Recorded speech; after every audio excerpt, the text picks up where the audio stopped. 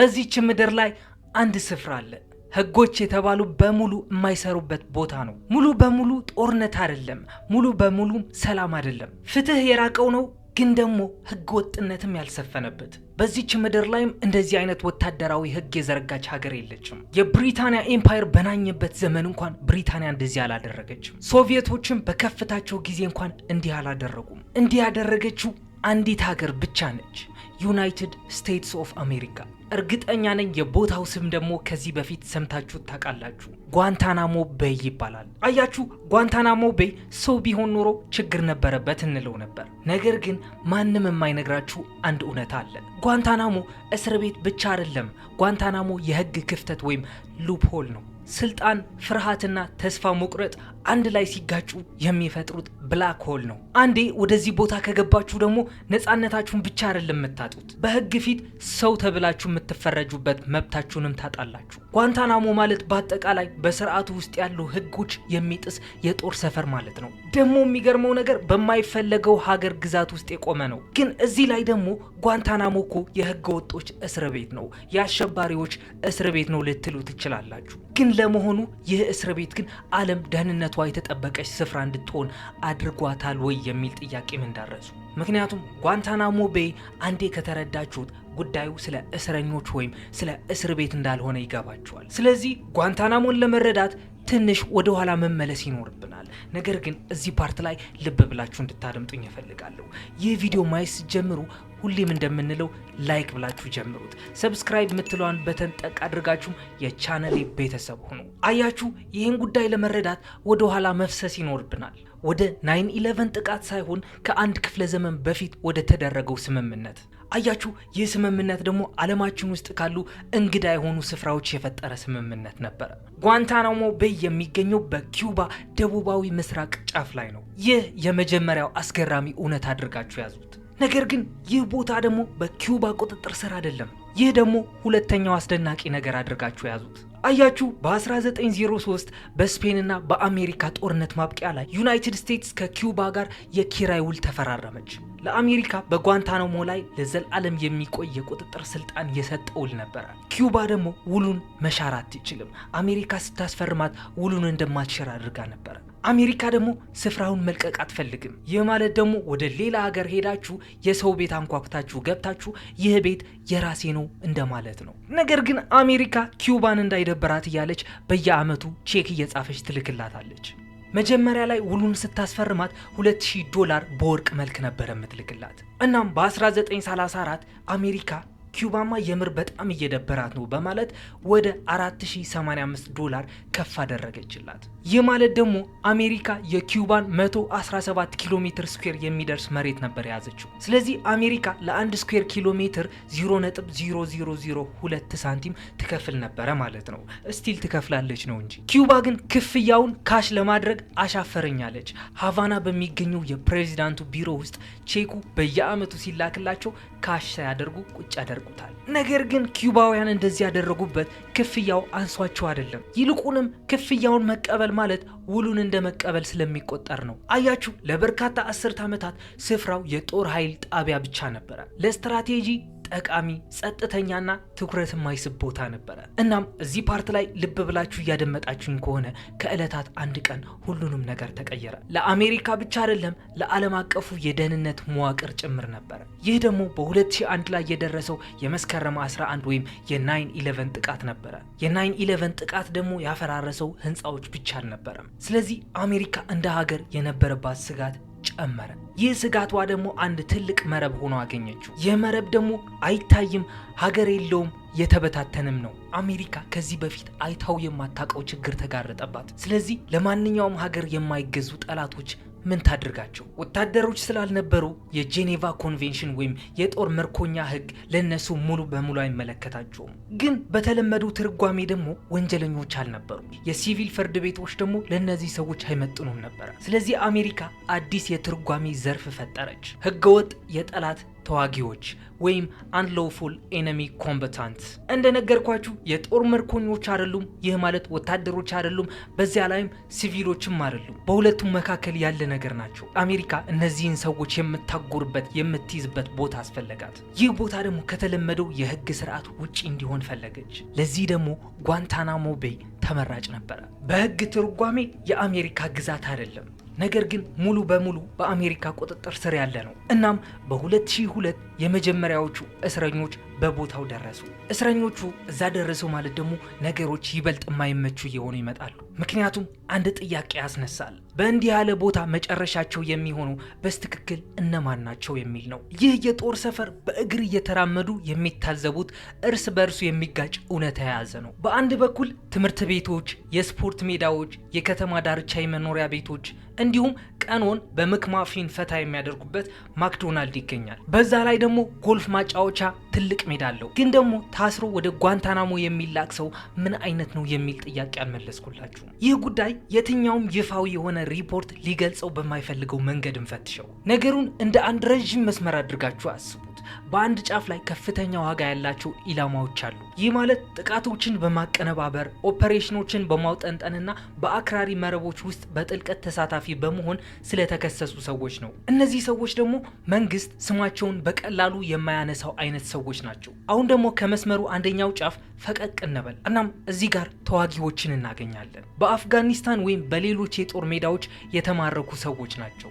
አንዳንዶቹ የሰለጠኑ፣ አንዳንዶቹ ያልሰለጠኑ፣ አንዳንዶቹ ዓላማ ያላቸው፣ አንዳንዶቹ ደግሞ በቦታው የተገኙ ብቻ ናቸው። አሁን ግን ነገሩ መበላሸት ይጀምራል። ምክንያቱም በመስመሩ መጨረሻ አካባቢ ያልተለመደ ነገር ማየት ትጀምራላችሁ። እሱም በጥቆማ ብቻ የተያዙ ሰዎች ናቸው። አንዳንዴ በአካባቢው ነዋሪዎች የሚደርስ ጥቆማ የተያዙ ናቸው። አንዳንዴ ደግሞ ከተቀናቃኝ ቡድን በተሰጠው መረጃ የተያዙ ናቸው። አንዳንዴ ደግሞ ለገንዘብ ተብሎ ብቻ የተያዙ ናቸው። አያችሁ፣ በአንድ ወቅት ባውንቲ የሚባል ወይም የራስ አደን የሚባል ይቀርብ ነበር። ይህ ማለት አንድ ሰው አሳልፈህ ስጥና ብር ተከፈል እንደማለት ነው። ግን በዚሁ መልክ ምንም ወንጀል ያልሰራ ሰዎች በጥቆማ መልክ ይያዙና የሽብርተኞች ትርጉም እየደበዘዘ መምጣት ጀመረ። እዛ ከታሰሩት አንዳንድ ሰዎችማ ዝም ብላችሁ ስታዩቸው ይህ ተዋጊ ነበረ ትላላችሁ፣ ወይስ ይህ አሸባሪ ነበረ ትላላችሁ፣ ወይስ ባልሆነ ሰዓትና ባልተገባ ቦታ የተገኘ ምስኪን ነበረ፣ ወይስ ሌላ ሰው እንዲወገድለት የፈለገ ግለሰብ ነበረ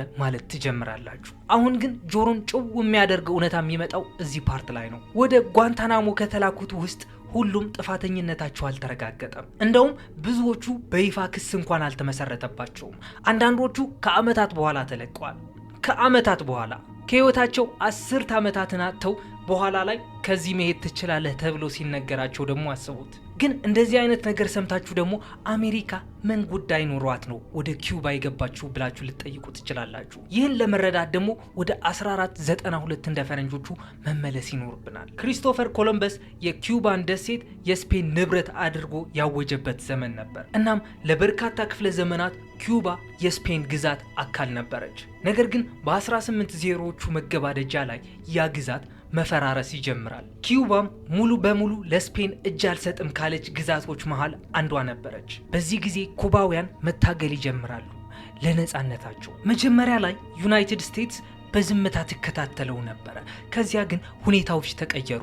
ሪፖርቶች መውጣት ጀመሩ። የስፔን ጦር አማጽያኑ ብቻ ሳይሆን ሲቪሎችንም ኢላማ እያደረገ እንደሆነ ተሰማ። ገበሬዎችም ተገደው ወደ ካምፕ እንዲገቡ እየተደረገ ነበር። መላው ሕዝብ እንዲፈናቀል ተደረገ። የተቃወመ ሁሉም ተገደለ። በካምፖቹም ውስጥ በሽታ ይስፋፋል፣ ምግብ ይጠፋል፣ በሺዎች የሚቆጠሩም ይሞታሉ። የአሜሪካ ሕዝብ ይህንን ሲመለከት ግፊቱ በረታ። ስለዚህ ለሰብአዊነት መቆርቆር ከስትራቴጂካዊ እድል ጋር ተቀላቀለ። እናም በ1898 እንደ ፈረንጆቹ አሜሪካ ወደ ጦርነቱ እጇ ገባች። ጦርነቱ አጭር ነበረ። አሸናፊ ማን እንደሆነ መገመት አይከብዳችሁም። ስፔን ተሸነፈች። ኪዩባም ነፃ ወጣች ወይስ አልወጣችም? አሁንም እዚህ ፓርት ላይ ልብ ብላችሁ እንድታደምጡኝ ይፈልጋሉ። ምክንያቱም የስፔን ቁጥጥር የተካው ሙሉ ነፃነት አልነበረም። በ1901 አሜሪካ ፕላት አሜንድመንት የተባለ ሰነድ አቀረበች። መልእክቱም ግልጽ ነበረ። ነፃ መሆን ትችላላችሁ፣ ግን በእኛ ቅድመ ሁኔታዎች ከተስማማችሁ ብቻ ነው አለች። እነዚያ ቅድመ ሁኔታዎች ግን እነዚህ ነገሮችን ያካትታሉ። ለዩናይትድ ስቴትስ ለባህር ኃይል የሚሆናት መሬት ኪዩባ እንድትሰጣት፣ ኪዩባን በዛን ሰዓት ምንም አይነት የመደራደሪያ አቅም አልነበራትም፣ ወታደራዊ ኃይልም አልነበራትም። ስለዚህ በ1903 የኪራይ ውሉ ተፈረመ። በዚያ የኪራይ ውል ውስጥ ደግሞ በጂኦፖለቲካ ታሪክ ውስጥ ከተጻፉት ሁሉ እጅግ ኃይለኛ ከሆኑ የህግ ግንባታዎች አንዱ ይገኛል። ዩናይትድ ስቴትስ ሙሉ የዳኝነትና የቁጥጥር ስልጣን ታገኛለች። ኪዩባ ደግሞ የበላይ ሉዓላዊነቷን ታስጠብቃለች። ሁለት እውነታዎች፣ ሁለት ህጋዊ ነገር ግን እርስ በራሳቸው የማይጣጣሙ ነበሩ። በጋራ ሆነው ግን ሙሉ በሙሉ አዲስ ነገር ፈጠሩ። ይህ አዲስ ነገር ደግሞ አዲስ ስፍራ ነበረ፣ ባለቤትና ቁጥጥር የተለያዩበት ማለት ነው። ህግ የሚባል እዛ መሬት ላይ ካለ እንደፈለገ የሚለጠጥበት ቦታ ነበረ። ግን ዝም ብላችሁ ስታስቡት ደግሞ አብዛኞቹ የኪራይ ውሎች ያበቃሉ፣ ማብቂያ ቀን አላቸው። ይህኛው ግን ማብቂያ የለውም፣ አያበቃም። በ1934 በኪዩባ አሜሪካ የግንኙነት ስምምነት ይበልጥ የጠነከረው ይህ ውል እንዲህ ይላል። ስምምነቱ ይቀጥላል ሁለቱም ወገኖች እንዲያበቃ ካልተስማሙ በስተቀር ወይም ዩናይትድ ስቴትስ በገዛ ፈቃዷ ካለቀቀች። ይህ ማለት ደግሞ ዩናይትድ ስቴትስ ከኪዩባ መሬት ራሷን ለማባረር መፍቀድ አለባት ማለት ነው። እንደዛ ደግሞ አይሆንም፣ አሜሪካ በፍጹም አታደርገውም። ግን ይህ እርስ በራሱ የሚጋጭ ሁኔታ ብዙም ግድ አልነበረውም። ምክንያቱም ኪዩባና ዩናይትድ ስቴትስ ወዳጆች ነበሩ። የጦር ሰፈሩ ስራውን ያከናውናል፣ ክፍያዎቹም ይፈጸማሉ፣ ስርዓቱም እንደተጠበቀ ይቆያል እስከ 1959 ድረስ። ከዚያ በኋላ ግን አንድ ትልቅ የሆነ ስንጥቅ ተፈጠረ። ይህ ስንጥቅ ደግሞ የኪዩባ አብዮት ነበረ። የሚመራውም በፊደል ካስትሮ ነበረ። አሮጌው መንግስት ፈራረሰ፣ አዲስ መንግስት ደግሞ ተነሳ። ከሱ ጋርም አዲስ የዓለም እይታ መጣ። ኪዩባም በዛን ሰዓት ከሶቪየት ዩኒየን ጋር የወገነች ኮሚኒስት ሆነች። በዛ ላይ ደግሞ ዩናይትድ ስቴትስን የምትቃወም። እናም ያ በ1903 የተደረገው የህግ ስምምነት የጂኦፖለቲካዊ ፍጥጫ ማዕከል ይሆናል። እናም ከፊደል ካስትሮ ዘመን ጀምሮ ነበረ አሜሪካ ለጓንታናሞ ቤይ ብላ የምትከፍለውን የኪራይ ቼክ ኪዩባ ካሽ አላደርግም ማለት የጀመረችው። ግን እስካሁን ድረስ በጓንታናሞ ቤይ ካምፕ ውስጥ ያለው ህይወት ምን አይነት ነው ብላችሁ እንዳሰባችሁ ተስፋ አደርጋለሁ። ካላሰባችሁ ግን ልንገራችሁ፣ ጓንታናሞ አንድ እስር ቤት ብቻ አይደለም፣ እርስ በርስ የተሳሰሩ የካምፖች መረብ እንጂ። እያንዳንዱ ካምፕ ለተለያዩ የቁጥጥር ደረጃዎች ተብሎ የተነደፈ ነው። ከፍተኛ ጥበቃ የሚደረግባቸው፣ ለብቻ የሚታሰሩባቸው ክፍሎች፣ የምርመራ ቀጠናዎች፣ ታሳሪዎች ያለማቋረጥ ክትትል ይደረግባቸዋል። እንቅስቃሴያቸውም በቁጥጥር ስር ነው። ግንኙነታቸውም የተገደበ ነው። ግን የሚገርመው ነገር ዓለም በሁለት አይኗ የምትመለከተው ቦታ ነው፣ ድብቅ ቦታ አይደለም። ይህ ደግሞ ሆን ተብሎ የተደረገ ነበረ።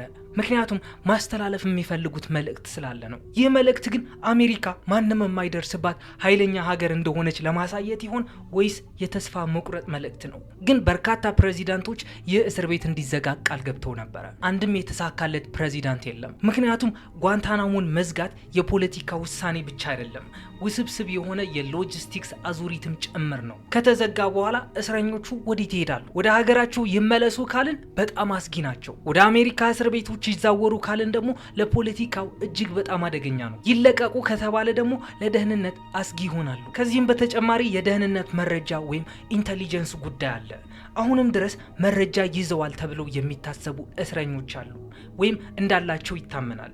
ስለዚህ ጓንታናሞ እንደቀጠለ ነው። ፍጹም ስለሆነ ሳይሆን ቀላል አማራጭ ስለሌለ ብቻ ነው። ግን ዝም ብላችሁ ስታስቡት የጓንታናሞ ቤይ ነገር ቀላል አይደለም። ቀላሉ ነገር ግን ይህ ቪዲዮ እስካሁን ድረስ ቁጭ ብላችሁ እያያችሁ ከሆነና ላይክ ያላላችሁ ሰዎች ላይክ ማድረግ ነው። ሰብስክራይብ ያላደረጋችሁ ሰዎችም ሰብስክራይብ በተኗን ሄዳችሁ ጠቅ ማድረግ ነው። እናም እስካሁን ድረስ የለፈለፍኩትን ነገር ከተመቻችሁ ኦፍኮርስ ይመቻችኋል። ቀጣይ ባበደ ስቶሪ እስክንገናኝ ድረስ ሰላማችሁን ያብዛልኝ። ይሜ